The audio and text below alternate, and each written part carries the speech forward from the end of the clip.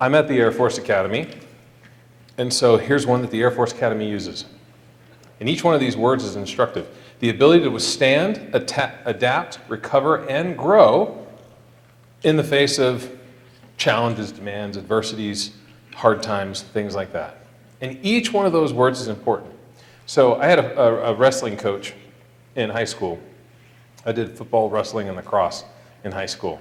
And I had a wrestling coach, and as if doing a whole bunch of push-ups isn't hard enough, he had this big old sandbag that he loved to just drop on our shoulders while we're doing push-ups, and then we had to add. I mean, like, oh, criminy, okay. So imagine to yourself that if I'm sitting up here and Joe's sitting up front here, and I toss you a 25-pound sandbag. Okay, that's coming at you at a high rate of speed, right? It's like, okay, what are the first thing you're gonna have to do? Well, you're gonna have to withstand this thing. It's like, whoa, okay. Well, even when you see it coming, you're spreading your base, and you're like, okay, here it comes, right? And you have to withstand that thing. Then after you catch that thing, you have to adapt to it a little bit because your center of gravity is off. And if you've been backpacking before, you know all about center of gravity. You can't put all the weight too high or too low. It's got to be just right. So your center of gravity, so you're not going forward or back or anything like that. And you adapt to this thing.